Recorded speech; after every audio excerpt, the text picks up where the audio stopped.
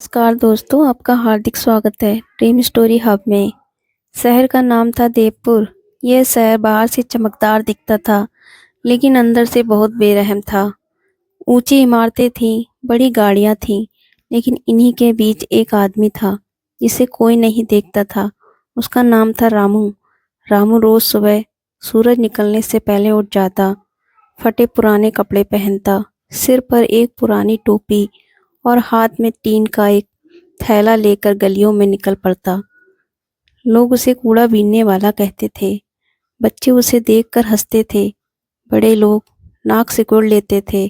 कोई उससे ठीक से बात नहीं करता था। रामू चुप रहता था, न किसी से झगड़ा करता था, न किसी से भीख मांगता था। वह बस अपना काम करता था। प्लास्टिक बोतलें, पुराने कागज, टूटी चीजें जो मिलता वह उठा लेता। शाम को कबाड़ी को बेच देता और जो पैसे मिलते उसी से रोटी खा लेता। लोग नहीं जानते थे कि रामू बहुत ध्यान से सब कुछ देखता था। वह शहर की हर गली जानता था, हर पुरानी दीवार, हर टूटी सीढ़ी। उसने सालों से देवपुर को बहुत पास से देखा था। शहर के बीचों बीच एक पुरानी हवेली थी। उसका नाम था लाल हवेली। वह हवेली 20 साल से बंद पड़ी थी। कहा जाता था कि उसके मालिक बहुत अमीर थे। अचानक एक रात गायब हो गए। कोई नहीं जानता था क्यों। पुलिस आई थी, जांच हुई थी, लेकिन कुछ नहीं मिला। लाल हवेली के पास से रामू रोज गुजरता था। लोग कहते थे वहां भूत है। कोई पास नहीं जाता था, लेकिन रामू वहां रुकता था। हवेली की टूटी दीवार के पास अक्सर कूड़ा ज्यादा होता था। वह वहां बैठकर चीजें चुनता था। एक दिन बारिश हो रही थी। रामू हवेली की दीवार के पास खड़ा था। तभी उसकी नजर जमीन के एक पत्थर पर पड़ गई। वह पत्थर बाकी पत्थरों से अलग था, थोड़ा ढीला था।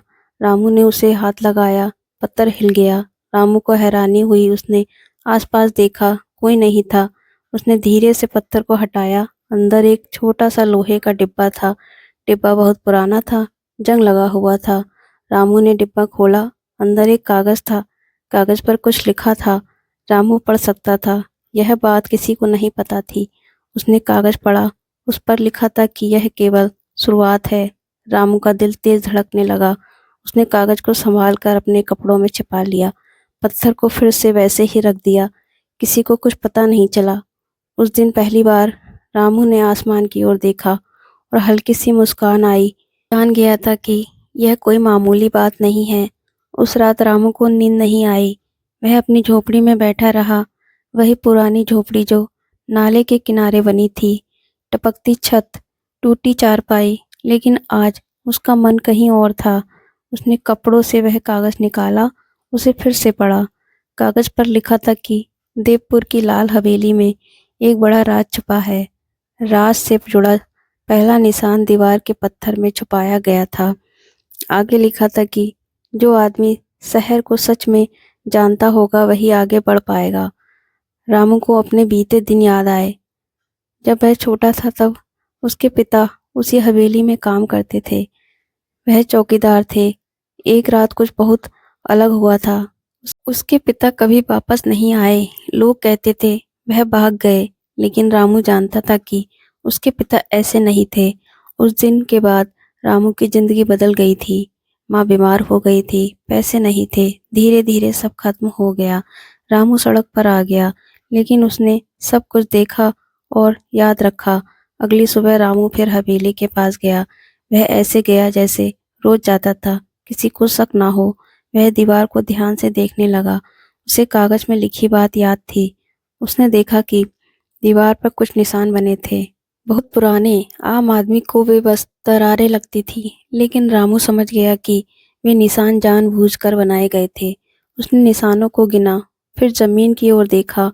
वहां एक ईंट थोड़ी बाहर निकली थी। रामू ने उसे धीरे से हटाया। नीचे एक छोटा सुराख था। उसके अंदर एक चाबी रखी थी। रामू ने चाबी उठा ली, उसे अपनी जेब में रखा। उसका दिल डर और उत्साह से भर गया। उसे लग रहा था कि वह किसी बहुत बड़े रहस्य के पास पहुंच रहा है। उसी समय कुछ लोग वहां आ गए। दो अमीर आदमी। वे हवेली को खरीदने की बात कर रहे थे। वे कह रहे थे कि जमीन बहुत कीमती है। रामू ने उसकी बातें सुनी। वह समझ गया कि अगर वह जल्दी नहीं करेगा तो यह राज हमेशा के लिए दब जाएगा। शाम को वह अपनी झोपड़ी लौटा, चाबी को हाथ में लेकर देर तक देखता रहा। यह चाबी सिर्फ लोहे की नहीं थी, यह उसके अतीत से जुड़ी थी। फैसला कर लिया, वह इस राज को अंत तक खोलेगा, चाहे लोग उसे कूड़ा बीनने वाला ही क्यों न समझें, क्योंकि उसे पता चल गया था कि वह सिर्फ कूड़ा नहीं बल्कि शहर का भूला हुआ सच बीन रहा है। अगली रात देवपुर में सन्नाटा था। सड़कें खाली थीं, कुत्तों के भौंकने की आवाज़ दूर से आ रही थी। रामू धीरे-धीरे लाल हवेली के पास पहुंचा। उसके हाथ में वही पुरानी चाबी थी जो उसे दीवार के अंदर से मिली थी। लाल हवेली का बड़ा फाटक जंग खाया हुआ था। लोगों का मानना था कि वह ताला कभी खुल नहीं सकता। रामू ने चारों तरफ देखा, कोई नहीं था। उसने कांपते हाथों से चाबी ताले में डाली, हल्की सी आवाज़ हुई और ताला खुल गया। रामू कुछ पल तक वहीं खड़ा रहा। उसे अपने पिता की याद आ रही थी, वही पिता जो कभी इस हवेली की रखवाली करते थे। उसने गहरी सांस ली और अंदर कदम रखा। हवेली के अंदर अंधेरा था, हवा में सीलन और धूल की गंध थी। फर्श पर टूटे कांच बिखरे थे, दीवारों पर पुराने चित्र टंगे थे जिन पर मोटी धूल जमी थी। रामू ने अपनी छोटी टॉर्च जलाई जो उसे कूड़े में मिली थी। वह धीरे धीरे आगे बढ़ा, हर कदम संभल कर रख रहा था। उसे कागज की बात याद थी, निशान ढूंढने थे। हवेली के बीच में एक बड़ा सा हॉल था, वहां फर्श पर अजीब से चिन्ह बने हुए थे। आम आदमी को बेबस सजावट लगते, लेकिन रामू ने गौर से देखा। वह समझ गया कि ये निशान रास्ता बताते हैं। उसने चिन्हों को ध्यान से फॉलो किया। वे एक कोने में रखी अलमारी तक जाते थे। अलमारी बहुत भारी थी, शायद सालों से किसी ने उसे हिलाया नहीं था। रामू ने पूरी ताकत लगाई, अलमारी थोड़ा सी हटी। उसके पीछे दीवार पर एक छोटा सा दरवाजा दिखा। दरवाजा इतना छोटा था कि आसानी से नजर में नहीं आता। दरवाजे में फिर से ताला लगा था। रामू ने वही चाबी लगाई। इस बार ताला तुरंत खुल गया। दरवाजा खोलते ही सीढ़ियां नीचे जाती दिखी। अंधेरी सीढ़ियां। रामू का दिल जोर जोर से धड़कने लगा। डर भी था और सच्चाई जानने की चाह भी। वह नीचे उतरने लगा। हर सीढ़ी चरमराती थी। नीचे पहुंचते ही एक पुराना कमरा था। कमरे में लकड़ी के बक्से रखे थे, कुछ टूटे हुए, कुछ बंद। रामू ने एक बक्सा खोला। उसमें पुराने कागज थे, जमीन के कागज, पैसों के हिसाब किताब, नाम लिखे थे, तारीखें लिखी थी। उसने दूसरा बक्सा खोला, उसमें सोने के कंगन और हार थे। रामू की आंखें खुली रह गईं, लेकिन वह लालच में नहीं आया। उसे पता था कि यह सब किसी बड़ी कहानी का हिस्सा है। तीसरे बक्से में उसे एक पुरानी डायरी मिली। डायरी के नाम लिखा था शिवनाथ। यह नाम उसके पिता का था। रामू के हाथ कांपने लगे, उसकी आंखों में आंसू आ गए। उसे समझ में आ गया कि उसके पिता भागे नहीं थे, वे किसी साजिश का हिस्सा बने थे। उसी समय ऊपर की किसी चलने की आवाज आई। रामू चौंक गया। ऊपर से आती आवाज साफ बता रही थी कि हवेली में कोई और भी है। रामू ने तुरंत टॉर्च बंद कर दी। वह कमरे के एक कोने में छिप गया। उसका दिल बहुत तेज धड़क रहा था। कुछ देर बाद सीढ़ियों पर कदमों की आवाज आई। दो लोग नीचे उतर रहे थे। उनकी बातचीत धीमी थी, लेकिन साफ सुनाई दे रही थी। वे कह रहे थे कि आज सब कुछ साफ कर देना है। रामू समझ गया कि ये वही लोग हैं जो हवेली को खरीदना चाहते थे। कमरे में पहुंचे एक आदमी बोला कि पुराना माल यहीं कहीं होना चाहिए। दूसरा बोला कि अगर यह मिल गया तो कोई सबूत नहीं बचेगा। रामू ने चुपचाप देखा। वे लोग बक्से खोलने लगे। सोने को देखकर उनके चेहरे चमक उठे, लेकिन जब उन्हें डायरी मिली तो वे घबरा गए। एक आदमी बोला कि यह डायरी बाहर नहीं जानी चाहिए, इसमें बहुत नाम है। रामू को अब सब समझ में आने लगा। यह सिर्फ खजाने की बात नहीं थी, यह बड़े लोगों की साजिश थी। उसके पिता ने शायद यह सच छुपाने की कोशिश की थी और उसी की कीमत उन्हें चुकानी पड़ी थी। एक आदमी ने डायरी को जलाने के लिए माचिस निकाली। रामू अब चुप नहीं रह सका। उसने पास पड़ी एक ईंट उठाई और जोर से फेंकी। ईंट दीवार से टकराई। दोनों आदमी डर गए। रामू अंधेरे का फायदा उठाकर बाहर की ओर भागा। एक आदमी उसके पीछे दौड़ा, लेकिन सीढ़ियां पुरानी थी। वह आदमी फिसल गया। रामू ऊपर पहुंचा और हवेली से बाहर निकल आया। वह जानता था कि वह अभी सुरक्षित नहीं है। वह सीधे एक पुराने दोस्त के पास गया जो कभी उसके पिता के साथ काम करता था। रामू ने उसे सारी बात बताई, डायरी भी दिखाई। बूढ़े आदमी की आंखें भर आईं। उसने कहा कि यह सच बहुत बड़ा है, में करोड़ों का काला धन और कई बड़े नाम जुड़े हैं। रामू ने फैसला किया वह इस राज को दबने नहीं देगा, चाहे उसे कुछ भी सहना पड़े। अब वह सिर्फ कूड़ा बीनने वाला नहीं था, वह सच्चाई का गवाह बन चुका था। देवपुर की नींद अब टूटने वाली थी। रामू पूरी रात अपने दोस्त हरिदास के घर रुका।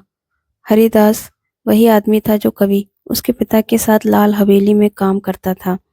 उम्र हो चली थी, लेकिन दिमाग अब भी तेज था।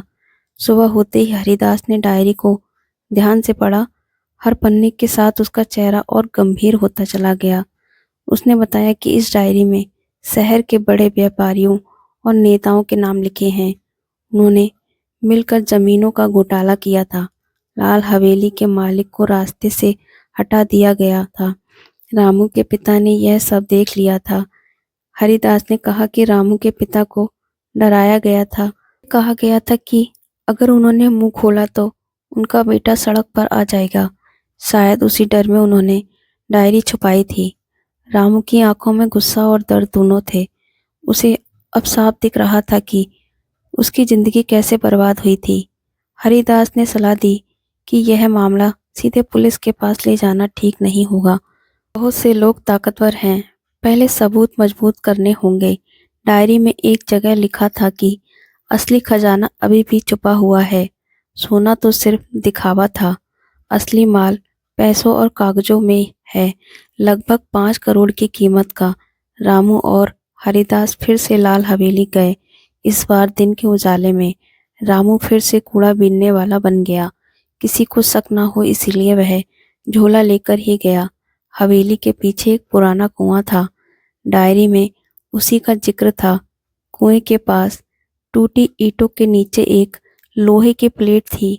रामू ने कई दिनों तक वहां कूड़ा उठाने का नाटक किया। आखिरकार एक दिन मौका मिला। आसपास कोई नहीं था। रामू ने ईंट हटाई। नीचे एक छोटा सा दरवाजा था। दरवाजा खोलते ही एक छोटा कमरा दिखा। अंदर लकड़ी की अलमारियां थीं।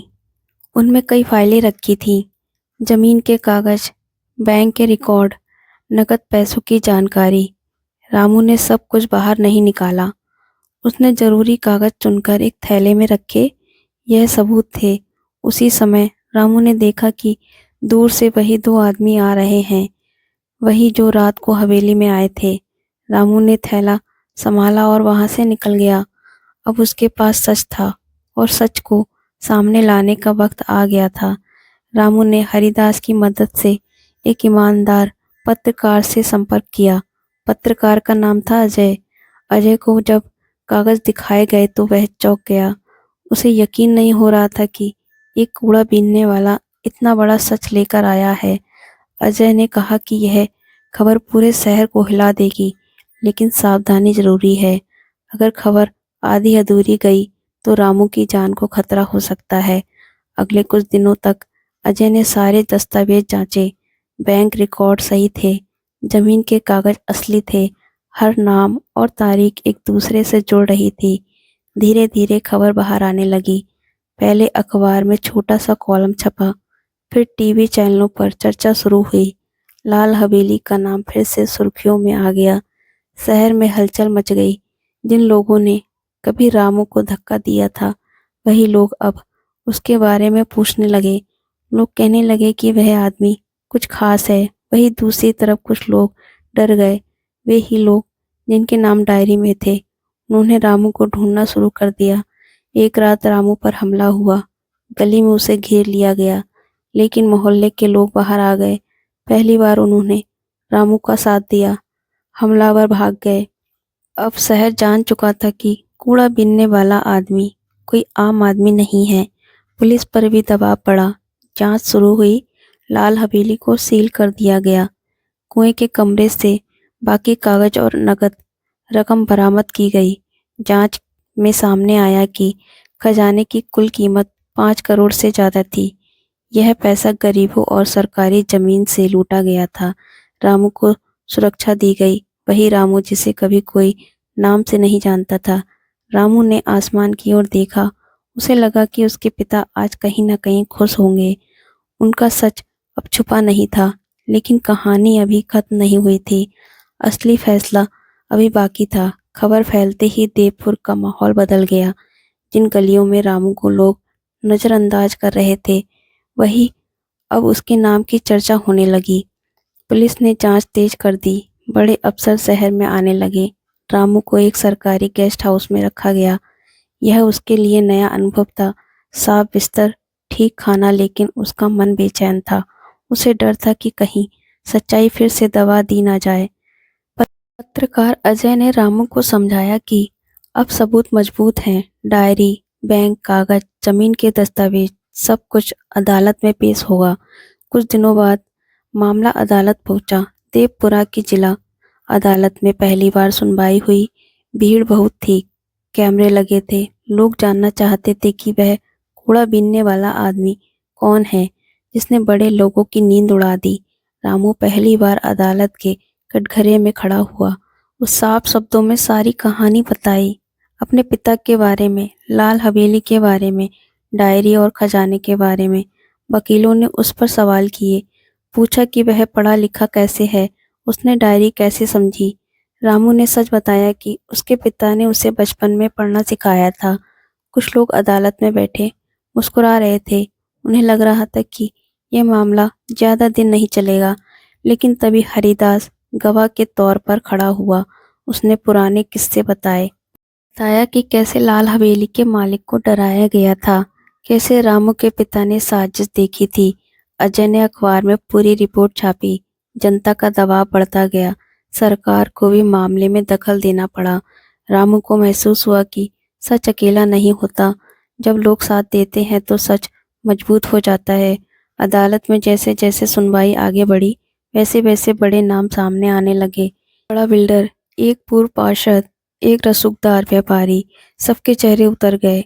उन लोगों ने अपने वकील बदल दिए, पैसे खर्च किए, लेकिन सबूत बहुत मजबूत थे।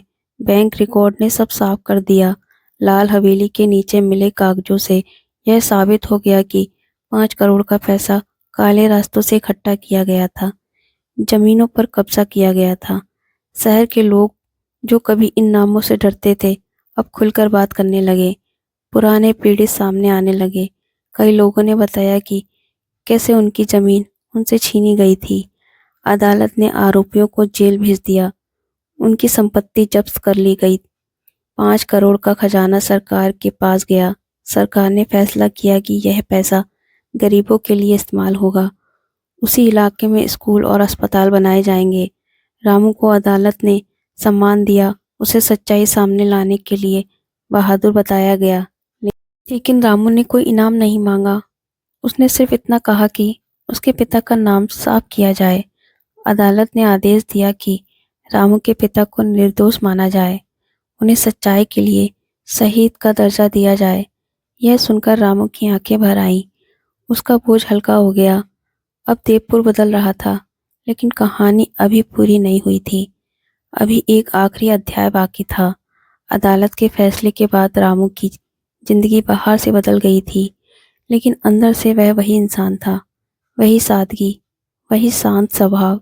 सरकार की ओर से उसे रहने के लिए एक छोटा सा पक्का घर मिला। पहली बार उसके पास अपना दरवाजा था जिसे वह रात को बंद कर सकता था। मोहल्ले के लोग अब उसे नाम से बुलाते थे। बच्चे जो कभी हंसते थे अब सम्मान से देखते थे। स्कूल और अस्पताल का काम शुरू हो गया। वही जगह जहाँ कभी लाल हवेली थी, अब नई उम्मीद की नींव बन चुकी थी। लोग कहते थे कि यह सब उस कूड़ा बीनने वाले आदमी की वजह से हुआ। पत्रकार अजय ने रामू से कई बार इंटरव्यू करने को कहा। बड़े चैनल भी आए, लेकिन रामू ने ज्यादा बोलने से मना कर दिया। उसने कहा कि असली हीरो उसके पिता थे। रामू ने एक छोटा सा काम शुरू किया। वह उन बच्चों को पढ़ाने लगा जो सड़क पर रहते थे। वही बच्चे जैसे वह कभी था। वह उन्हें अक्षर सिखाता, सच और गलत का फर्क समझाता। कभी कभी वह लाल हवेली वाली जगह पर जाकर खड़ा हो जाता आंख बंद करके अपने पिता को याद करता। उसे लगता कि उसके पिता पास ही हैं। एक दिन हरिदास ने उससे पूछा कि क्या वह अब कूड़ा बीनना पूरी तरह छोड़ देगा। रामू मुस्कुराया। उसने कहा कि मेहनत कोई शर्म की बात नहीं होती। वह सुबह पढ़ाता, शाम को सफाई का काम करता। अब वह कूड़ा नहीं बल्कि इज्जत बीन रहा था। जयपुर के लोग अब समझ चुके थे कि इंसान को उसके कपड़ों से नहीं परखना चाहिए। समय बीतता गया। देवपुर धीरे धीरे एक बेहतर शहर बन गया। लोग जागरूक हो गए थे। वे सवाल पूछने लगे थे। डर कम हो गया था। रामू की कहानी दूर दूर तक फैल गई। कई शहरों में उसका नाम लिया जाने लगा, लेकिन उसने कभी खुद को बड़ा नहीं माना। एक दिन एक बच्चा उससे पूछ बैठा कि क्या वह सच में करोड़ों के खजाने तक पहुंचा था। रामू ने बच्चे से सिर पर हाथ रखा और कहा कि हाँ, लेकिन वह खजाना पैसे का नहीं था। उसने बताया कि असली खजाना सच होता है, हिम्मत होती है और अपने माता पिता के नाम को साफ करना होता है। अगर वह उस दिन ढीले पत्थर को नजरअंदाज कर देता तो शायद सब कुछ दबा रह जाता। लेकिन उसने देखा, समझा और डर के आगे झुकने से मना कर दिया। लोगों ने उसे कूड़े बीनने वाला समझा। किसी ने नहीं सोचा कि वही आदमी 5 करोड़ के छिपे खजाने का राज खोलेगा। रामू ने आसमान की ओर देखा। हल्की सी मुस्कान उसके चेहरे पर थी। अब उसे कोई शिकायत नहीं थी। उसने साबित कर दिया था कि इंसान की कीमत उसके हालात से नहीं बल्कि उसके इरादों से तय होती है। और यही कहानी थी उस आदमी की जिसे सबने कूड़ा बीनने वाला समझा, लेकिन जिसने पूरे शहर की सच्चाई सामने रख दी। दोस्तों, अगर ये कहानी आपके दिल तक पहुंची हो और पढ़ते हुए कुछ पल आपको अच्छा लगा हो तो इसे लाइक ज़रूर करें। ऐसी ही सच्ची और भावात्मक कहानियों के लिए हमारे चैनल ड्रीम स्टोरी हब को सब्सक्राइब करना ना भूलें। फिर मिलेंगे एक नई कहानी के साथ। अब तक सुनने के लिए धन्यवाद।